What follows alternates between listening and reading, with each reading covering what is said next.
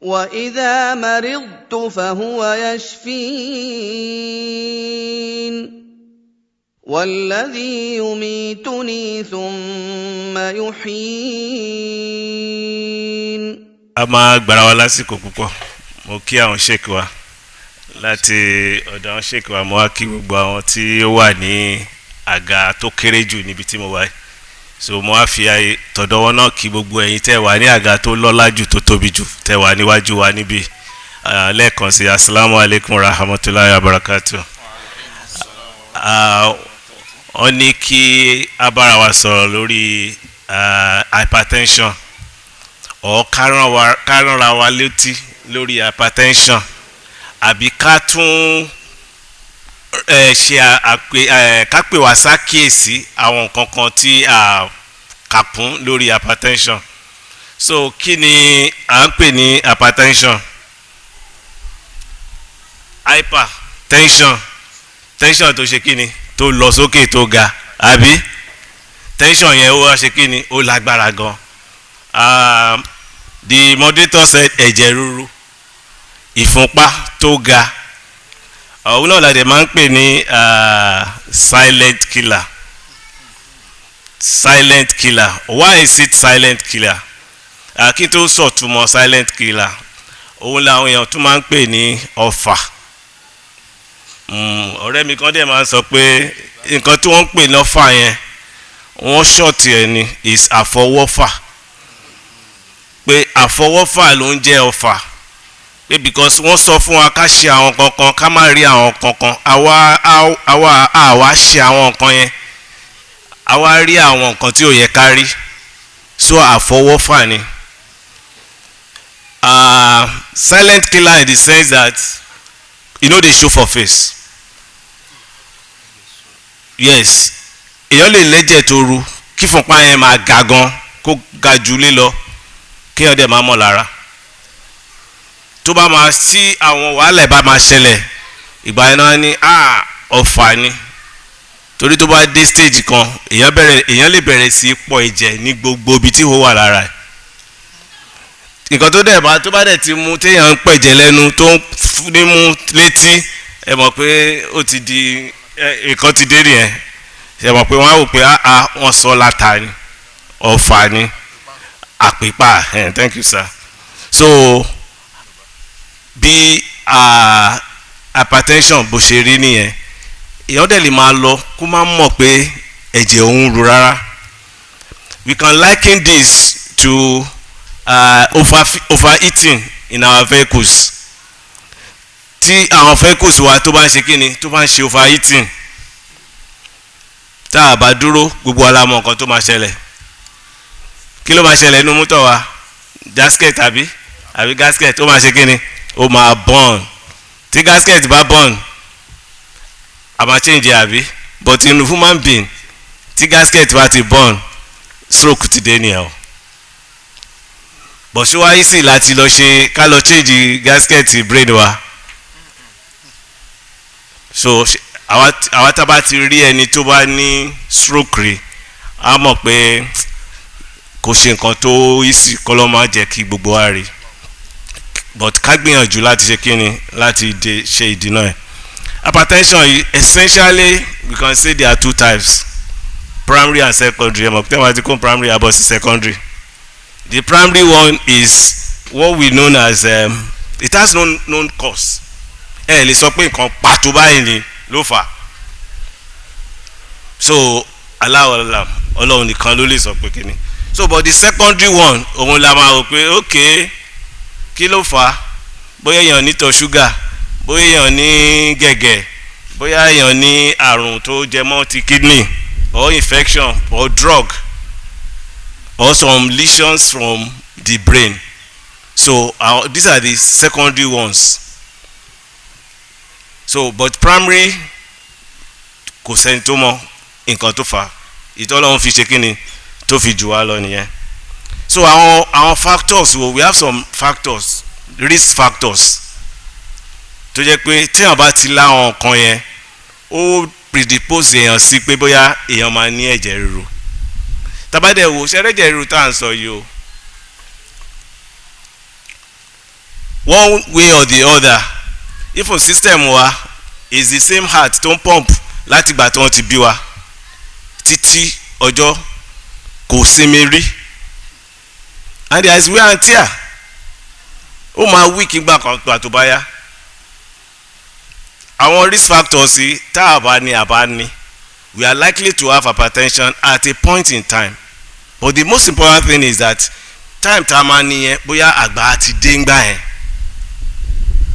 so the risk factor we have one is hereditary àjogúnbá ni tó bá ti wà ní lineage mother father know that you are likely to have it when Allah knows it can come early or late depends on how you manage it so kíbo wá assume pé okay we have that lineage it can start as early as 30 years in fact ọmọ kékeré ní hypertension ọmọ kékeré ó ní hypertension so then apart from this ìtọ̀ ṣúgà àwọn risk factor nìyẹn tó bá ní ìtọ̀ ṣúgà ṣé àwọn méjèèjì ìtọ̀ ṣúgà àti hypertension wọn ò fẹ́ yára wọn ò fẹ́ fira wọn sílẹ̀ rárá if you have one and you don't manage it well the second one is at the corner ó máa wọlé ni but if you are able to manage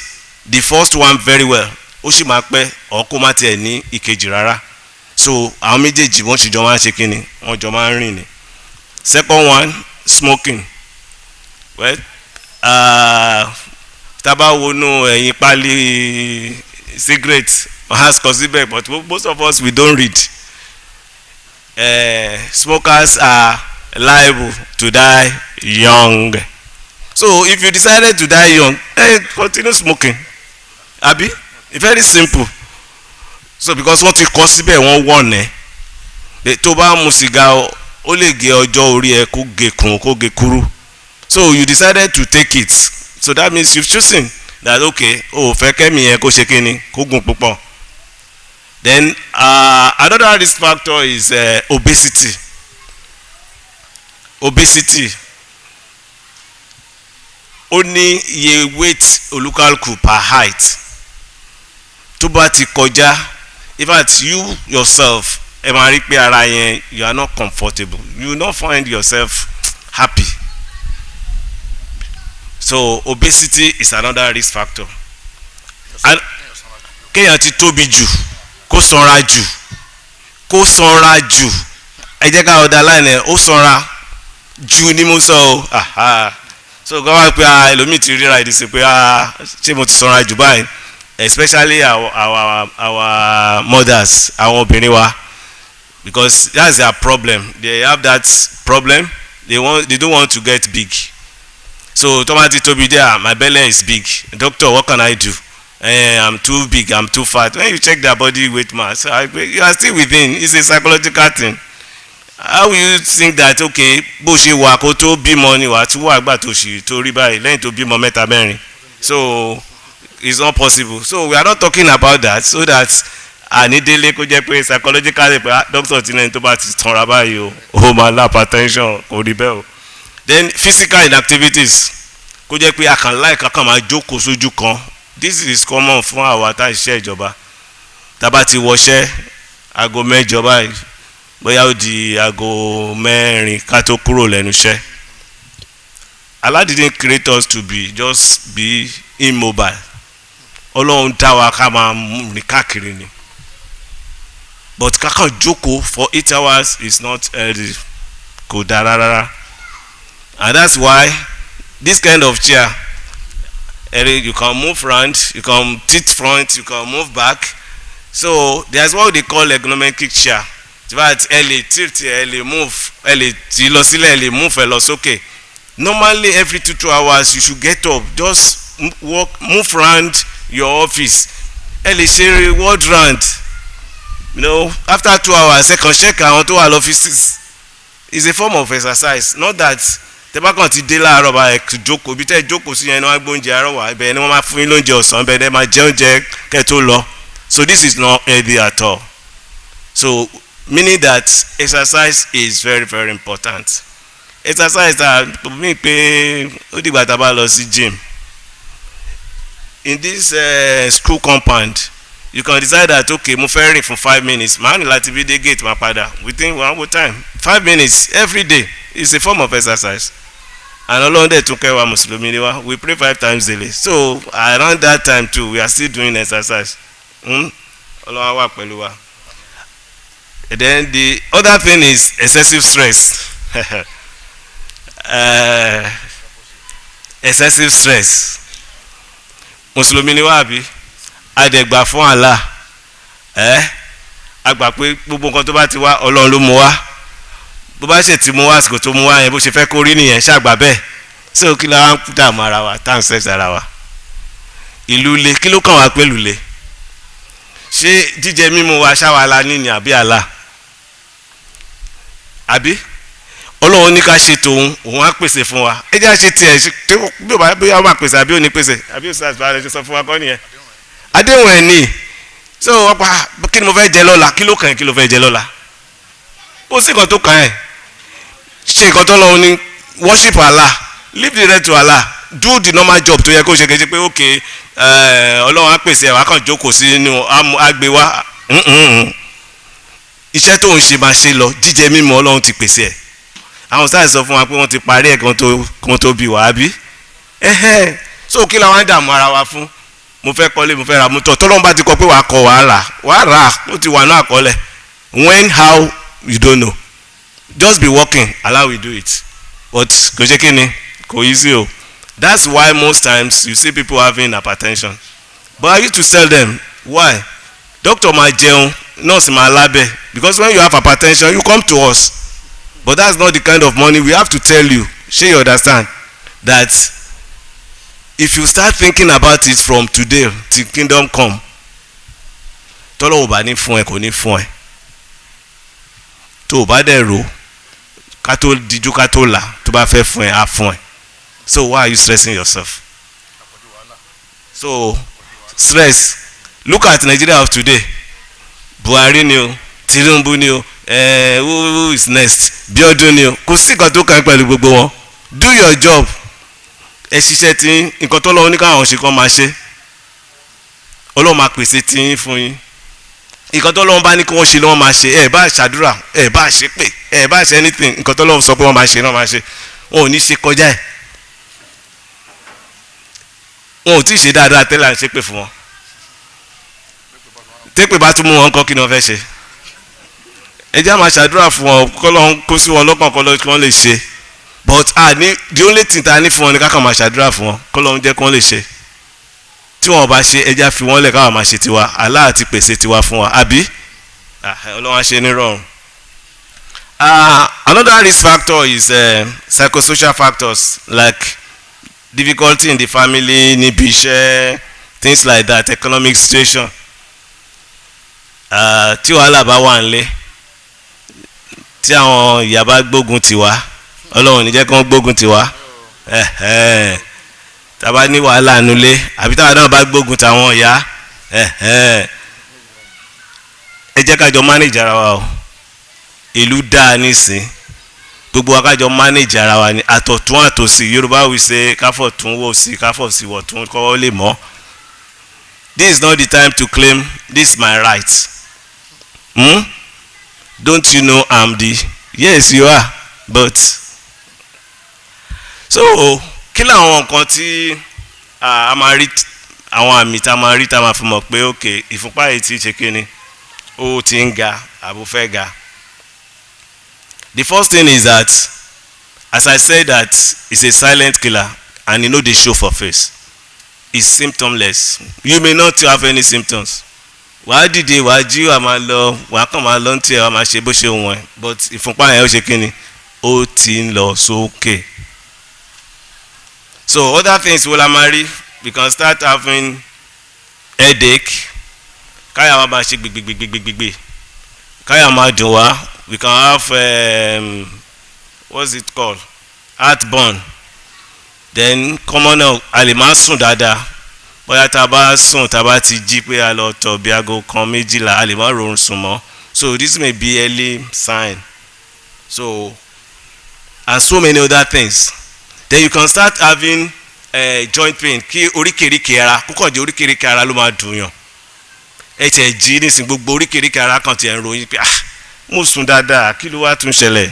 So please always check your blood pressure, and we have everywhere láti láwọn tó ń ṣẹ̀kẹ̀ 50 naira 100 naira 200 even 500 naira pọ̀jù pé wọ́n fẹ́ bá yín check your blood pressure yín.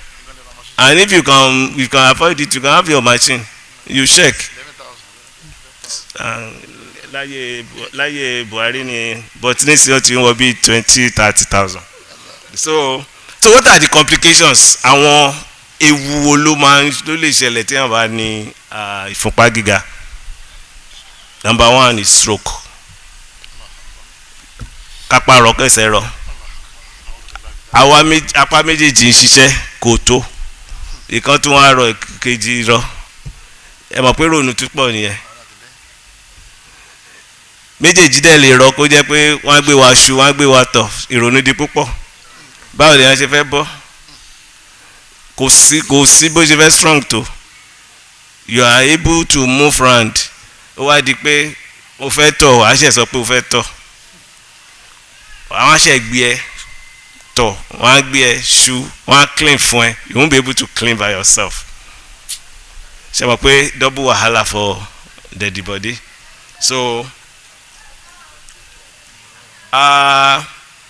hypertension jẹ́ àrùn tó jẹ́ pé statistically tá bá wọ àárín àwọn táwa ń bí tá bá rí ẹni mẹ́ta 1 2 3 àwọn mélòó la wà rí bí àwọn márùn tá bá kà fáwọn nínú wa táwa ń bí ẹni méjì máa la hypertension. Bẹ́ẹ̀ ni we can do it o. Láàrin ẹni mẹ́ta 1 2 3 ẹnìkan máa wà hypertensive 1 2 3 ẹnìkan máa wà hypertensive. It means that ó ti di mẹ́ta kọ́bọ̀. Thank you sir. So ó pọ̀ gan but the problem is e no dey show for face. Ẹ lè ní kẹ́ ẹ má mọ̀ ṣó ti yé wa. So ẹ má kàn jẹ́ ká wò pé àwọn èèyàn kan wà tí wọ́n ti ẹ̀ ṣe fúnpá yẹn rí. A ní ọ̀tọ́ kan ò ṣe mí náà pírí lorogo pírí lè ń jì. But I said this is something that is not showing for face. In 2015, it was recorded that 15 million people ló kú worldwide because of this. 15 million. 1, 2 million, 2 million, 3, 5 million, 10 million, 15 million. So meaning that in the world we have about 1.4 billion people with hypertension. Hello? 1.4 billion low hypertensive in the world. So we have about 7.2 or thereabout world population.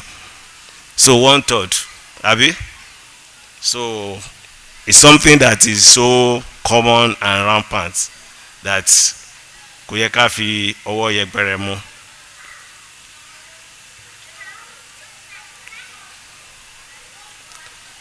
So what are the lifestyle changes in managing hypertension? Àwọn ìgbésí ayé wo la lè ta fi máa ṣe kíni tá máa lè control ìfúnpá wa dáadáa? And why tí a gbọ́dọ̀ adopt a healthy lifestyle? Ó ní pé tá bá mọ̀ pa wà hypertensive, it is cheaper and cost effective to manage than to start managing complications like stroke, heart attack. Are you getting my point? So ó pè wá ká ṣe kíni ká máa lo àwọn oògùn sí. Then ó tún máa jẹ́ kó jẹ́ pé because hypertension tó bá kọ́ ṣe tí ò tí gun orí ceiling, àwọn afúnyàn lóògùn kan tó bá ti tún ga jù wọ́n á kàn báyẹn méjì gbà tó bá yá ó lè di mẹ́ta, just to make sure that owó tí a máa fi rọ̀gùn kan ó yàtọ̀ sí méjì ó yàtọ̀ sí mẹ́ta. So it's better to control it nígbà tó ṣe kéde tó sì mọ̀ níwọ̀nba. Tí a bá dẹ̀ tètè mọ̀ kò ní jẹ́ kó lead sí àwọn ewu tí mo kà ṣáájú yẹn. So as I mentioned that ó máa reduce the cost of drug and the number of drugs tí a máa lò. So àsìkò wo, when do we adopt healthy lifestyle? When àsìkò wo ló yẹ kéèyàn wò pé àwọn nǹkan tí mo máa ṣe o, àwọn nǹkan tí mo máa jẹ o, àwọn ìwà tí mo máa hù o tí ó máa mú mi gbé ìgbésí ayé tó ní àlàáfíà. This has to start from ìgbà tí wọ́n ti bí wa, láti ìgbà tá a wà nínú oyún títí dìgbà tí a máa kú. Hello. Àti gbégbèsè ayé àlàáfíà yẹn have to be from ìgbà tá a ti wà nínú oyún títí di ọjọ́ ogbó. Kí làwọn nǹkan tá a máa ṣe? Ara ẹlẹ́lẹ́ pé ká máa dára wa lẹ́kọ̀ọ́. Kí làwọn ewu tó wà? Kí làwọn nǹkan tó yẹ ká jẹ? Àwọn nǹkan wo ló yẹ kó yẹ ká jẹ? Kí ló yẹ ká jẹ púpọ̀? Kí ló yẹ ká má jẹ púpọ̀? So tá a bá ti mọ àwọn eléyìí láti kékeré, ṣẹ̀bọ̀n òun ló máa bá wa ṣe kíni dàgbà. Gbogbo wa la mọ̀ pé wọ́n ní ká má jẹ ọ̀rá tó pọ̀, àbí ọ̀rá, ká má jẹ ọ̀rá tó pọ̀, fat and oil kó má pọ̀ jù. Then ó tún ní ọ̀rá tá a lè jẹ, ṣó ti yé wa. So gbogbo àwọn eléyìí ó ṣe pàtàkì. Kí ni reason tí wọ́n fi sọ pé ká má jẹ? Ẹ mọ̀ àwọn plumber yẹn, ṣe mọ̀ pipe tó máa ń lé yẹn, ẹ mọ̀ pé tó bá di àwọn àsìkò kan nǹkan lè block ní ẹ̀ báyìí. So omi yẹn ò ní ṣe kíni, kò ní jáde dáadáa. So àwọn nǹkan tí ọ̀rá máa ń ṣe nìyẹn. So wá lọ dí àwọn ọ̀nà yẹn. So the pressure tí blood tó ń pump, so because nǹkan kan ti wà tó ti di lọ́nà, á fẹ́ fi agbára kó lè fi ti ẹ̀jẹ̀ yẹn jáde. So máa jẹ́ kí blood pressure yẹn, so you have to clear the pipe, àbí tí a bá clear pipe omi ò ní kọjá. So but heart yẹn gbọ́dọ̀ continue láti máa ṣe gbogbo. So nǹkan tí ó fi ní ká máa jẹ ọ̀rá tó pọ̀ nìyẹn. So gbogbo àwọn oúnjẹ oríṣiríṣi tá a máa ń jẹ tó bá lọ́rá tó pọ̀, ẹ jẹ́ ká dínkù. Àwọn oúnjẹ tí wọ́n bá dín, then we have this mentality that you want to eat imported food, baked food, all this food. Àmù wọn ju good tí wọ́n máa ṣe fún wa lọ. Ham tí wọ́n àmù wọn ju good wọn lọ. Bẹ́ẹ̀ ni àbúrò wọn ó ju àǹfààní wọn lọ. But it's always the thing now, and that's part of nǹkan tó sún wa débi tá a dé Nàìjíríà. Nǹkan tá à ń ṣe fúnra wa àfẹ́jẹ́ ẹ̀mọ́ imported. Don't you know I'm a doctor? I have to eat imported, and so what? You get disease now, and you treat and buy so many other drugs. So fruits and vegetables, this is very important. Fruits, vegetables, ó jẹ́ ká máa jẹ. The unfortunate thing about it is that ó ti wọ́n ní àárín wọn ra ní. Tá a bá dà síbí tí wọ́n fomi sí, we will hit. But doctor, kí doctor máa fọwọ́ mú ire kó máa gbin ẹ̀fọ́. No. Don't you know my status? For what? Obawabo. So another problem is salt intake, iyọ̀ jíjẹ. Ọ̀pọ̀ iyọ̀ jíjẹ eléyìí, in fact òun ló kó major part tí ìfúnpá wa fi máa lọ sókè. Any food you eat, when you go to all this fast food, any food you eat and it's sweet, you are eating salt. Hello. Any food tẹ́ bá lọ fast food tẹ́jẹ tó dùn, ó dùn gan, you are eating salt. Either salt directly, either Maggi, either all these seasonings, you are eating salt. And you know what? In a day, consumption of salt téèyàn gbọ́dọ̀ jẹ, ẹ mọ̀ ṣí bí àwọn ọmọ kéékèèké yẹn, level spoon ẹyọ kan, òun ni iyọ̀ tí ẹnìkan lè jẹ lójúmọ́ tó máa ṣe àǹfààní fún. But you know what? When we are cooking rice, we put salt. When we cook yam, we put salt. Stew, we put salt. The stew tá a fẹ́ fi jẹ àmà put salt. Now káwá wo quantity iyọ̀ tá a fi sí, àwa márùn la wà nílé, teaspoon yẹn márùn ló yẹ kí gbogbo wa jẹ for the whole day, not oúnjẹ ẹ̀kan o. Hello, for the whole day. Ṣé mo oúnjẹ ẹ̀kan la fẹ́ ṣe yẹn? Àwọn bá a ṣe máa ń jẹ yọ. Then some of us still have this habit that tí wọ́n bá ṣe oúnjẹ fún wa pé ìyá Zainab iyọ̀ ọdún náà jẹ yìí là wọ́n á gbé sọ́ọ̀tì wọ́n á tún wọ́n á fi sí báyìí wọ́n á gbé ké fún wọn wọ́n á bù sí yes ok nǹkan lẹ́tà sí ohun tá a wí so ẹjọ́ salt ẹjọ́ tá a bá lè ká dínkù gan we may not appreciate this but àwọn kọ̀ọ̀kan nù wa tó bá wà ẹ mọ̀ pé hypertension and stuff we still have hypotension tó máa wá sílẹ̀ jù that one too is also dangerous. But if you have somebody kato dey center ab anywhere just ẹbúyọ náà omi ẹ̀dá sí ẹbúyọ kẹ̀dá sí omi kẹfọ kẹ tó gbé débẹ̀ nǹkan tó lò ń bí yẹn tó bá fi débẹ̀ láti lọ sókè that's when you can appreciate salt intake when you've not experienced that ọ̀hún pé kí ni wọ́n sọ iyọ̀ lásán ṣé iyọ̀ tá à ń jẹ yìí. Anybody with hypertension just put salt in water and that's why most people wọ́n ní ẹ fi iyọ̀ sínú 7up tó máa ń ṣe ó kì í ṣe ó lọ sókè. Are you getting my point? So ẹjọ ẹ jẹ́ ká díyọ̀ kún ká má fọmù habit pé oúnjẹ tó máa ṣe fún wa ẹ má jẹ́ ká máa fi yọ̀ sí ṣó ti yé wa bí wọ́n bá yẹ ṣe yẹn ó bẹ́tà kí iyọ̀ má dùn púpọ̀ náà ju kí iyọ̀ púpọ̀ sí kó já lọ. Iyọ̀ tá a dẹ́ ń sọ yìí ẹ mọ̀ pé iyọ̀ wà nù bread ó wà nù biscuit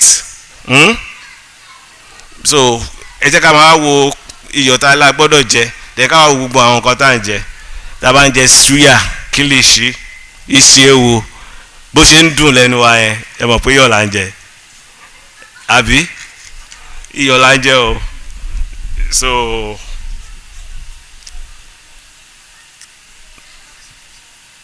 then there is a drug too tá a bá ń abuse this vitamin C tá a máa ń jù sínú omi yẹn ẹ mọ̀ iyọ̀ náà la mú yẹn tó bá fó sókè báyìí táwa mú iyọ̀ la mú ẹni tó bá wà hypertensive should not take it it's not good. Then some food labels hello àwọn noodles I don't want to mention any brand but all these label foods ẹ wo ara ẹ wo salt content tó wà ń bẹ some have about 2 grams of salt and in a day you supposed to take 2.5 indo àwọn noodles kọ̀ọ̀kan yẹn ẹ dẹ̀ ní 2 nínú ẹ̀ is that what you are going to take throughout the day? La wàá jẹ nǹkan bí wàá jẹ biscuit wàá mu milo wàá mu gbogbo ẹ̀ salt wà ní gbogbo ẹ̀ so you see that consumption of salt here is very very high but àwọn other means seasonings tá a lè ṣe wà àwọn spices oríṣiríṣi tá a máa lo crayfish tá a máa lo ginger àwọn spring onions things like that tó dẹ̀ máa dùn rather than taking salt. Turmeric, thank you sir. Tí a bá lè dí ọkùn at least ìfúnpá wa tó máa ń lọ sókè yẹn ó lè dínkù by 8 millimeter of mercury. What am I saying? The average is about 120/80. Tí ọwọ́ ò bá pọ̀ ó lè dínkù from that 180 àbí 120 taba your 8 kò ń bẹ̀ that's 112 àbí so ó máa dínkù. So what I'm trying to say is that the more ta fi ń jẹ iyọ̀ sí ní ìfúnpá wa fi máa lọ sókè sí tí ìfúnpá wa bá dẹ̀ lọ sókè à ń rìn ní bèbè ká ní stroke tá bá dẹ̀ ní stroke à ń rìn ní bèbè ká lọ fún doctor àti nurse lóúnjẹ àti physiotherapist ṣé máa fún wa lóúnjẹ ẹ jọ̀ọ́ náà.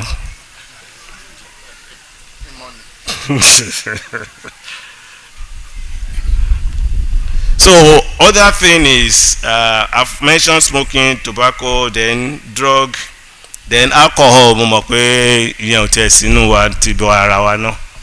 Alhamdulillah rabbil alamin. Ọtí mímu. So ìyẹn náà tún ṣe kíni. I have an experience with this.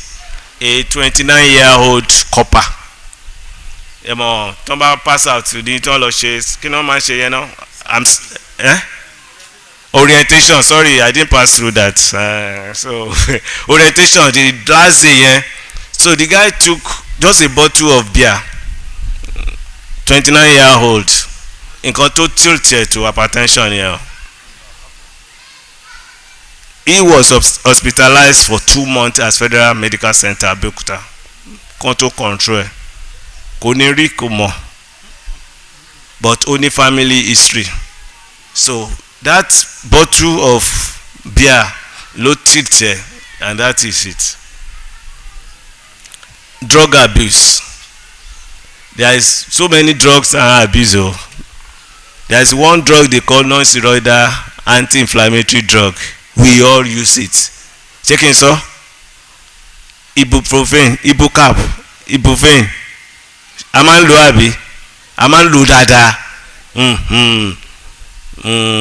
Tábà tí ń lo tó ń pọ̀ sí yẹn náà and collect as hypertension.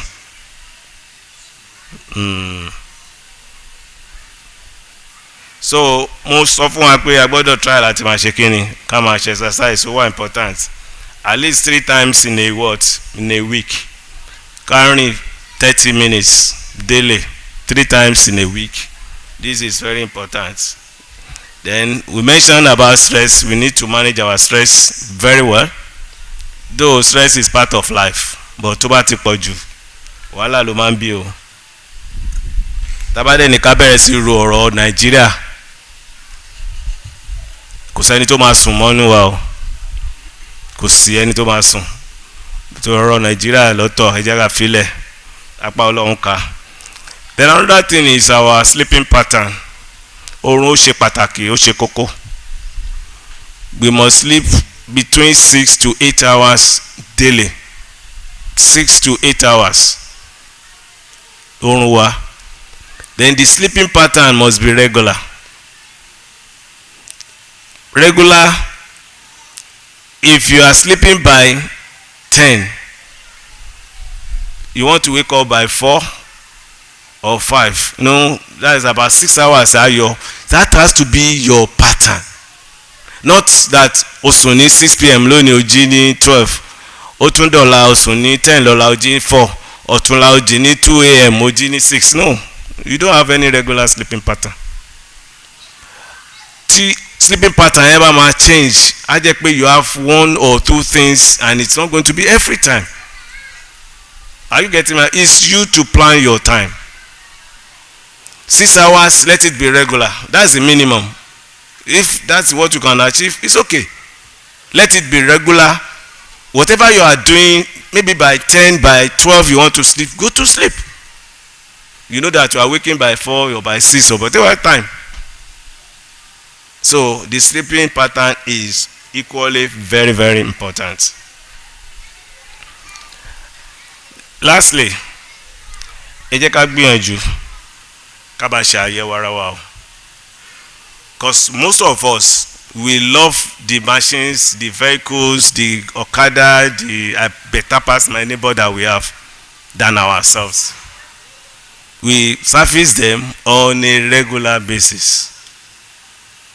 We maintain them regularly. Mi ò fẹ́ kí generator yẹn kó disappoint me. Engineer ẹ bá mi service ẹ. When last did you service your own health? Always check your health status. At the minimum, is your blood pressure. If you check your blood pressure, it's okay. Okay, maybe once in a month you can say, okay, once in every 3 months with 100 naira. Or you can buy this fig and use at home. Then once or twice in a year, check your sugar level. As ọkùnrin, after let's say by 40 years, check your prostate level. Obìnrin, your what's it called? Assay for breast cancer, cervical cancer. Prevention is better and cheaper than cure.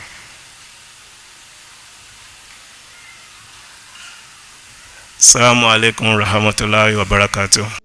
والذي أطمع أن يغفر لي خطيئتي يوم الدين